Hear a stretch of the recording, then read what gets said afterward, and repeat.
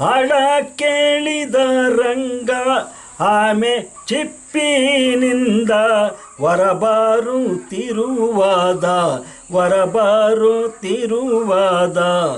ತೊಳ ಸಮ್ಮಗೆ ತೋರಿ ಮಗನ ಕಂಡ ತಾಯಿ ಕಡು ಹರುಷದಿಂದ ನೀ ಧನ್ಯಾಳು ನಾನಮ್ಮ ಪಾವನವಾದೆ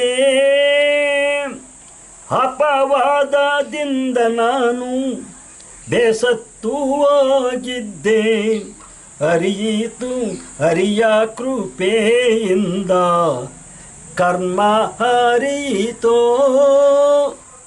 ಪದ್ಮಾವತಿಗೆ ತುಳಸಮ್ಮ ಹೇಳ್ತಾ ಇದ್ದಾಳೆ, ನಾನೇ ಧನ್ಯಳಮ್ಮ, ಇಂಥ ಮಗನ ಪಡೆದ ಭಾಗ್ಯವಂತೆ ನಾನು. ಈ ದಿನ ನನ್ನ ಕರ್ಮ ಹರಿದಿದೆ, ಶ್ರೀಮನ್ನಾರಾಯಣನ ಕೃಪೆ ನಮ್ಮ ಮೇಲೆ ಬಿದ್ದಿದೆ ಅಂತೇಳಿ ಪದ್ಮಾವತಿಗೆ ತುಳಸಮ್ಮ ಹೇಳುತ್ತಿದ್ದಾಳೆ. ನಿಮ್ಮ ಆಶಯದಿಂದ ಪುನರ್ಜನ್ಮ ಬಂದೀತು, ನೀವು ನನಗೆ ಆಶ್ರಯ ಕೊಟ್ಟ ಕಾರಣಕ್ಕಾಗಿ ಎಂದು ನನ್ನ ಜನ್ಮ ಸಾರ್ಥಕವಾಗಿದೆ. ಕಾಣದ ಮಗನನ್ನು ಕಂಡು ಹರ್ಷ ಹುಕ್ಕಿದೆ ಅಂತ ಹೇಳ್ತಾಳೆ.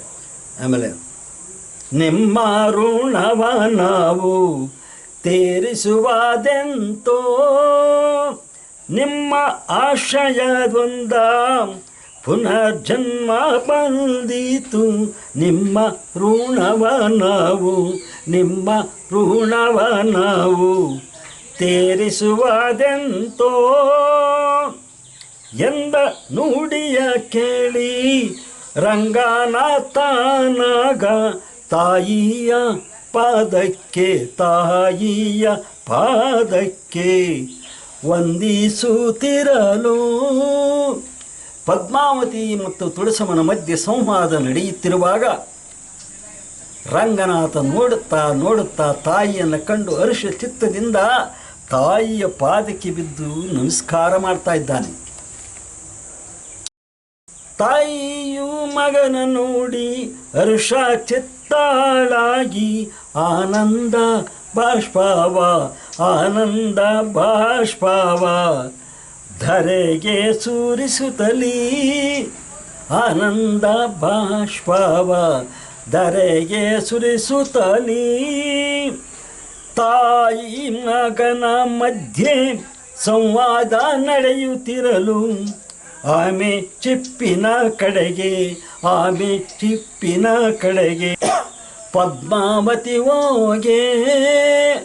ಈ ಹಿಂದೆ ಕೊರವಂಜಿ ವೇಷವನ್ನು ತಾಳಿದಂಥ ಶ್ರೀಕೃಷ್ಣ ಕೊರವಂಜಿಯ ರೂಪದಲ್ಲಿ ನಿಂತು ಪದ್ಮಾವತಿಗೆ ಒಂದು ಮಾತು ಹೇಳಿರ್ತಾನೆ. ನೋಡಮ್ಮ, ಹುಣ್ಣಿಮೆಯ ರಾತ್ರಿಯಲ್ಲಿ ಸುಸ್ವರದ ರಾಗವನ್ನೇ ಪಾಡಿದ್ದಾದರೆ ಆಮೆಯ ಚಿಪ್ಪಿನಿಂದ ಹೊರಬಂದ ರಂಗನಾಥ ನಿಮಗೆ ದರ್ಶನ ಕೊಡ್ತಾನೆ. ಆ ದಿನ ರಾತ್ರಿ ಅವನ ತಾಯಿಗೆ ಪರಿಚಯ ಮಾಡಿದ ಮೇಲೆ ನೀನು ವಜ್ರಾಯುಧವನ್ನು ತೆಗೆದುಕೊಂಡು ಹೋಗಿ ಆಮೆಯ ಚಿಪ್ಪನ್ನು ತುಂಡರಿಸಿದರೆ ಅವನ ಶಾಪ ವಿಮೋಚನೆ ಆಗುತ್ತೆ, ಆಮೆ ಚಿಪ್ಪಿಗೆ ಮತ್ತೆ ಸೇರಲ್ಲ, ನಿನಗೆ ಗಂಡನಾಗಿ ಉಳಿತಾನಂತೇಳಿ ಕೊರವಂಜಿ ನುಡಿದಿತ್ತು. ಆ ಕೊರವಂಜಿಯ ನುಡಿದ ಮಾತು ನೆನಪಿಗೆ ಬಂತು. ತಕ್ಷಣವೇ ವಜ್ರಾಯುಧವನ್ನು ಕೈಯಲ್ಲಿಡಿದು ಆಮೆ ಚಿಪ್ಪು ಎಲ್ಲಿತ್ತೋ ಅಲ್ಲಿಗೆ ಧಾವಿಸಿ ಬಂದಿದ್ದಾಳೆ. ಯಾರೋ ಪದ್ಮಾವತಿ. ವಜ್ರಾಯುಧ ತಂದಾಳು ಚಿಪ್ಪನ್ನು ತುಂಡರಿಸಾಳು, ವಜ್ರಾಯುಧ ತಂದಾಳು ಚಿಪ್ಪನ್ನು ತುಂಡರಿಸಾಳು. ಕೊರವಂಜಿ ನುಡಿದಂತೆ ಕೆಲಸ ಮುಗಿಸಾಳು.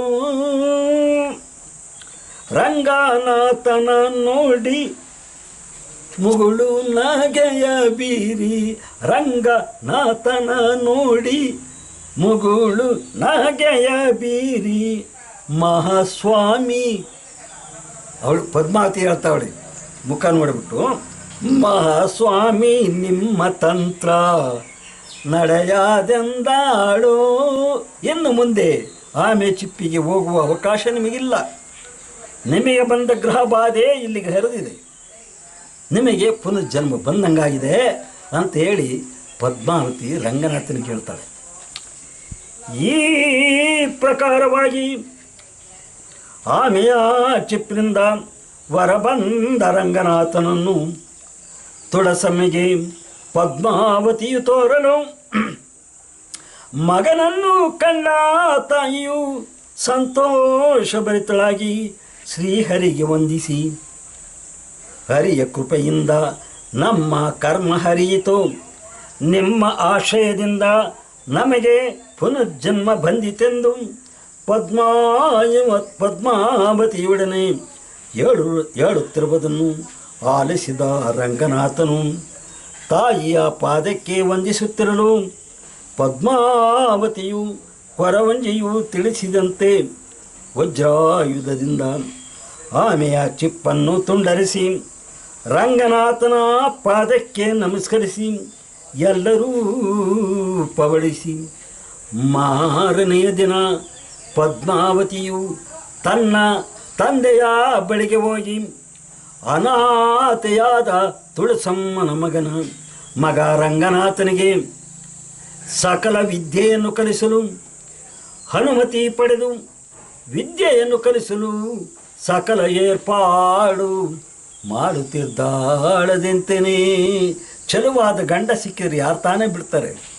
ಅರಮನೆಯಲ್ಲಿ ತಂದೆಯ ಬಳಿಗೆ ಹೋಗಿ ಈ ರೀತಿ ನಡೆದ ವಿಚಾರವನ್ನೆಲ್ಲ ತಿಳಿಸಿ ಆತನಿಗೆ ಸಕಲ ವಿದ್ಯೆಯನ್ನು ಕಲಿಸಿ ನಾವು ವಿದ್ಯೆಯಲ್ಲಿ ಪಾರಂಗತನನ್ನಾಗಿ ಮಾಡಬೇಕು ಅಂತೇಳಿ ತಂದೆಯಿಂದ ಅನುಮತಿಯನ್ನು ಪಡೆದು ಅವನ ಅಂದರೆ ರಂಗನಾಥನಿಗೆ ವಿದ್ಯೆಯನ್ನು ಕಲಿಸಲು ಸಕಲ ಏರ್ಪಾಡನ್ನು ಮಾಡಿದ್ದಾಳೆ. ದೊರೆಯ ಪಣೆ ಪಡೆದು ರಂಗನಾಥನಾಗ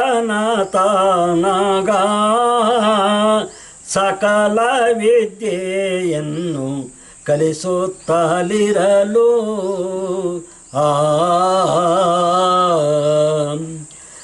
ದೊರೆಯ ಅಪ್ಪಣೆ ಪಡೆದು ರಂಗನಾಥನಿಗಾಗ ಸಕಲ ವಿದ್ಯೆಯನ್ನು ಕಲಿಸುತ್ತಲಿರಲು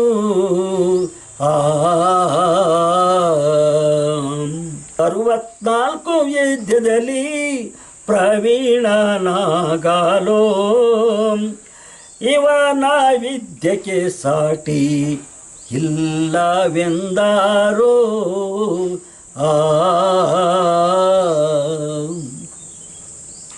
ಸಮುದ್ರ ರಾಜನೋ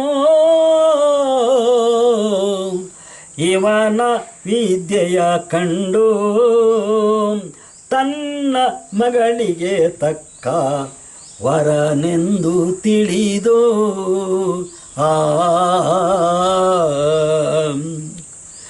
ರಾಜ ವಿಧಿಯಂತೆ ಲಗ್ನವ ಮಾಡಲು ಕಾಲ ಗಣನೆಯನ್ನು ಕಾಯುತ್ತಲಿರಲು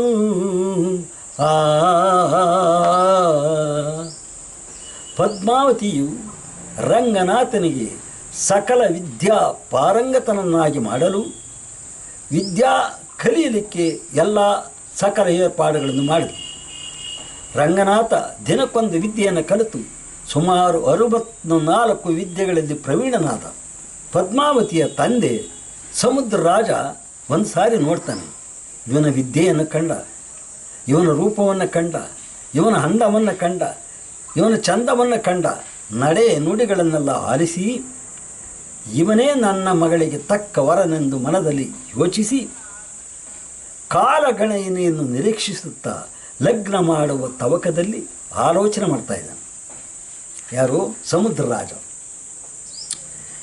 ಈ ಪ್ರಕಾರವಾಗಿ ರಂಗನಾಥನು 64 ವಿದ್ಯೆಗಳಲ್ಲಿ ಪ್ರವೀಣನಾಗಲು ಇವನ ವಿದ್ಯೆಗೆ ಸಾಟಿ ಇಲ್ಲವೆಂಬುದನ್ನು ತಿಳಿದ ಸಮುದ್ರ ರಾಜನು ತನ್ನ ಕುಮಾರಿಯಾದ ಪದ್ಮಾವತಿಗೆ ತಕ್ಕ ವರನಾಗಿರುವನೆಂದು ಯೋಚಿಸಿ ರಾಜ ವಿಧಿಯಂತೆ ಲಗ್ನ ಮಾಡಿ ಗಂಡು ಸಂತಾನವಿಲ್ಲದ ಆ ಸಮುದ್ರ ರಾಜನ ಗಂಡು ಸಂತಾನ ಇರಲಿಲ್ಲ. ಇವಳೊಬ್ಬಳೇ ಮಗಳು ಪದ್ಮಾವತಿ.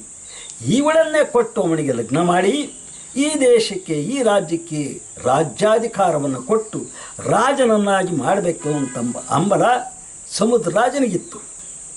ಗಂಡು ಸಂತಾನವಿಲ್ಲದ ಸಮುದ್ರ ರಾಜನು ರಂಗನಾಥನನ್ನು ಉತ್ತರಾಧಿಕಾರಿಯನ್ನಾಗಿ ಮಾಡಿಕೊಳ್ಳಲು ಮನದಲ್ಲಿ ಯೋಚಿಸಿ ವಿವಾಹಕ್ಕೆ ತಕ್ಕ ಕಾಲವನ್ನು ಕಾಯುತ್ತಿರಲು ಇತ್ತ ಬಾಣದ ರಂಗನ ಸತ್ಯವನ್ನು ಕೇಳಿಸಲಾರದೆ ನಾರದರಿಗೆ ಮುಖವನ್ನು ತೋರದೆ ಬಾಣದ ರಂಗನ ಪತ್ನಿ ತುಳಸಮ್ಮ ಮತ್ತು ರಂಗನಾಥನ ರಾಶಿಗಾದರೂ ಹೋಗಿ ಅವರನ್ನಾದರೂ ಸತ್ಯಭ್ರಷ್ಟನನ್ನಾಗಿ ಮಾಡಬೇಕೆಂದು ಸಮುದ್ರ ರಾಜನ ಪಟ್ಟಣದ ಕಡೆಗೆ ಹರಿತವಾದ ಚಾಕೊಂದನ್ನು ಹಿಡಿದು ಸಮುದ್ರ ರಾಜ ಮಲಗಿರುವ ಶಯನ ಗೃಹದ ಪಕ್ಕದಲ್ಲಿ ಕಳ್ಳನ ವೇಷದಲ್ಲಿ ಸುಳಿದಾಡುತ್ತಿದ್ದಾರದಿಂತೆಯೇ